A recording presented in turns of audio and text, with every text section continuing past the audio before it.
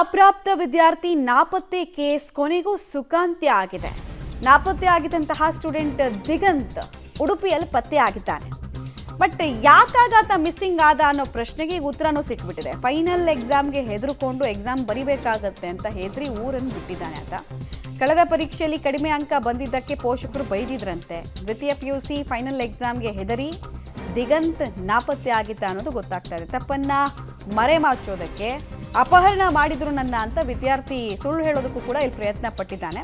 February 25ನೇ ತಾರೀಕು ಬಸ್ನಲ್ಲಿ ಮೈಸೂರಿಗೆ ದಿಗಂತ್ ತೆರಳಿದ್ದು ಗೊತ್ತಾಗಿದೆ. ಅಲ್ಲಿಂದ ಬೆಂಗಳೂರಿಗೆ ಬಸ್ನಲ್ಲಿ 2 ದಿನ ಸುತ್ತಾಡಿದ್ದಾನೆ ಚೆನ್ನಾಗಿ.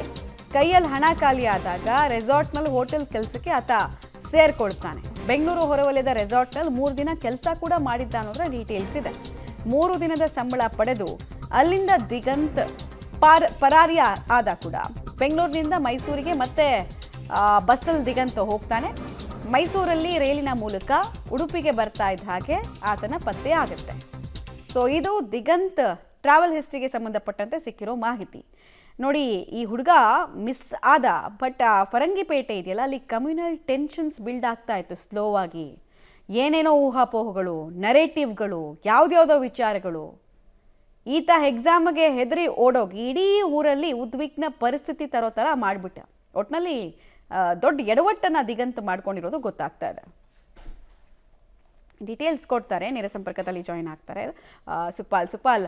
ಒಬ್ಬ ಹುಡುಗ ನಾಪತ್ತೆ ಆದ ನಂತರ ಆ ಊರಿನಲ್ಲಿ ಬಿಲ್ಡ್ ಆದಂತಹ ಕಮ್ಯುನಲ್ ಟೆನ್ಷನ್ ಇದೆಯಲ್ಲ, ಅದು ಬಹಳ ದೊಡ್ಡ ಮಟ್ಟದ್ದು. ಫೈನಲಿ ಈಗ ಆತ ಪತ್ತೆ ಆಗಿದ್ದಾನೆ. ಪೋಷಕರು ಏನು ಹೇಳ್ತಾರೆ, ಪೊಲೀಸರು ಈ ಪ್ರಕರಣವನ್ನು ಹೇಗೆ ನೋಡಿದ್ರು, ಯಾವ ರೀತಿ ಭೇದಿಸಿದ್ರು, ಎಲ್ಲದರ ಬಗ್ಗೆ ಮಾಹಿತಿ ಕೊಡೋದಾದ್ರೆ.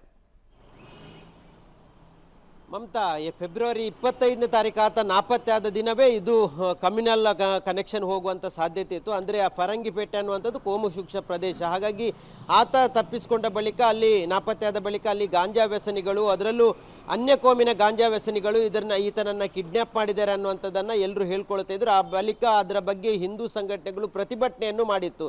ಇದರ ಒಂದು ಪ್ಲ್ಯಾನನ್ನು ಮಾಡಿರುವಂಥ ದಿಗಂತ್ ಅಲ್ಲಿ ನಾಪತ್ತೆ ಆಗುವಂಥ ಮೊದಲು ಆತನ 2 ಚಪ್ಪಲಿಗಳನ್ನು ಅಲ್ಲೇ ಬಿಟ್ಟು ಹೋಗ್ತಾನೆ, ಮತ್ತು ಮೊಬೈಲನ್ನು ಅಲ್ಲೇ ಬಿಟ್ಟು ಹೋಗ್ತಾನೆ. ಹಾಗಾಗಿ ಈತನನ್ನು ಯಾರೋ ಕಿಡ್ನ್ಯಾಪ್ ಮಾಡಿದ್ರು ಅನ್ನುವಂಥದ್ದು ಸೃಷ್ಟಿಯಾಗಿತ್ತು. ಆ ಬಳಿಕ ಸಾಕಷ್ಟು ಹೋರಾಟಗಳು, ಪ್ರತಿಭಟನೆಗಳು, ಪೊಲೀಸರ ಮೇಲೆ ಒತ್ತಡ ಬಿತ್ತು. ಪೊಲೀಸರು 7 ತಂಡಗಳನ್ನು ಮಾಡಿ ಎಲ್ಲ ಕಡೆ ಹುಡುಕುವಂಥ ಪ್ರಯತ್ನ ಮಾಡಿದರು. ಆದರೆ ಪೊಲೀಸರಿಗೆ ಯಾವುದೇ ರೀತಿಯಾದಂಥ ಸುಳಿವು ಪತ್ತೆ ಆಗಿಲ್ಲ. ಈಗ ನಿನ್ನೆ ಮಧ್ಯಾಹ್ನ ಸುಮಾರು 3:30ರ ಸಮಯಕ್ಕೆ ಉಡುಪಿಯ ಡಿಮಾರ್ಟ್ ಬಳಿ ಆತ ಇದ್ದಾನೆ ಅನ್ನುವಂಥದ್ದು ಗೊತ್ತಾಗಿದೆ. ಅಲ್ಲಿನ ಸಿಬ್ಬಂದಿಗಳು ಆತನ ಚಲನವಲನವನ್ನು ಗಮನಿಸಿದಾಗ ಆತನನ್ನು ಹಿಡಿದು ವಿಚಾರಣೆ ಮಾಡ್ತಾರೆ. ವಿಚಾರಣೆ ಮಾಡಿದಾಗ ಆತ ದಿಗಂತ್ ಅನ್ನುವಂಥದ್ದನ್ನು ಒಪ್ಪಿಕೊಳ್ತಾನೆ. ತಕ್ಷಣ ಆತನ ತಾಯಿಗೆ ಅಲ್ಲಿನ ಮ್ಯಾನೇಜರ್ ಕರೆ ಮಾಡ್ತಾರೆ. ಈತ ಇಲ್ಲಿದ್ದಾನೆ ಅನ್ನುವಂಥದ್ದನ್ನು ತಿಳಿಸ್ತಾನೆ. ಬಳಿಕ ಮಂಗಳೂರಿನ ಪೊಲೀಸರಿಗೂ ಹೆತ್ತವರು ತಿಳಿಸ್ತಾರೆ. ಆ ಬಳಿಕ ಆತನನ್ನು ಪೊಲೀಸರು ಕರ್ಕೊಂಡು ಬಂದಿದ್ದಾರೆ. ಆತನನ್ನು ವಿಚಾರಣೆ ಮಾಡಿದಾಗ ಸಾಕಷ್ಟು ಮಾಹಿತಿಗಳು ಬೆಳಕಿಗೆ ಬಂದಿದೆ. ಆತ ಎಕ್ಸಾಮ್ಗೆ ಹೆದರಿ ಹೋಗಿರುವಂಥದ್ದು. ಮಂಗಳೂರಿನ ಕಪಿತಾನಿಯಾ ಕಾಲೇಜಿನಲ್ಲಿ ದ್ವಿತೀಯ PUCಯ ವಿದ್ಯಾರ್ಥಿಯಾಗಿದ್ದ. ಕಳೆದ ಎಕ್ಸಾಮಲ್ಲಿ ಸ್ವಲ್ಪ ಅಂಕ ಕಡಿಮೆ ಬಂದಿತ್ತು. ಆ ಸಂದರ್ಭದಲ್ಲಿ ಮನೆಯವರು